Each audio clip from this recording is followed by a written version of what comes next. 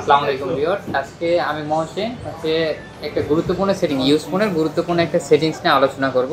অনেকেই ধরেন use phone কিনেন, কিন্তু ধরেন অনেকের নেটওয়ার্ক এই জায়গায় দেখেন আমি সিম উঠাইছি, এই জায়গায় কিন্তু নেটওয়ার্কটা আসে নাই, তো এটা যাদের সমস্যা, এই সমস্যার সমাধানের জন্য আজকে ভিডিও নিয়ে আসছি। তো আজ চলে যাবো আজকে স্ক্রিনে, আসেন স্ক্রিনে একটু আগে নিয়ে আসেন।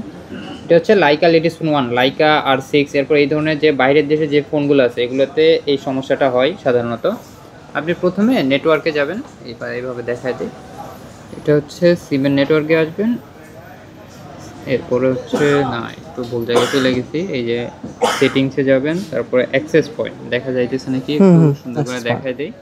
অ্যাক্সেস পয়েন্টে যাবেন, এরপরে এই যে উপরে ছোট্ট একটা প্লাস চিহ্ন আছে, এই প্লাস চিহ্নতে ক্লিক করবেন। এরপর যে সিমের নামটা, ধরেন আমার এটা হচ্ছে এয়ারটেল সিম, আমি এই জায়গায় লেখা দিব AIRTEL, এয়ারটেল। আর এই জায়গায় এপিএন এর জায়গায় ছোট হাতে লিখে দেবো ইন্টারনেট, এয়ারটেল ইন্টারনেট,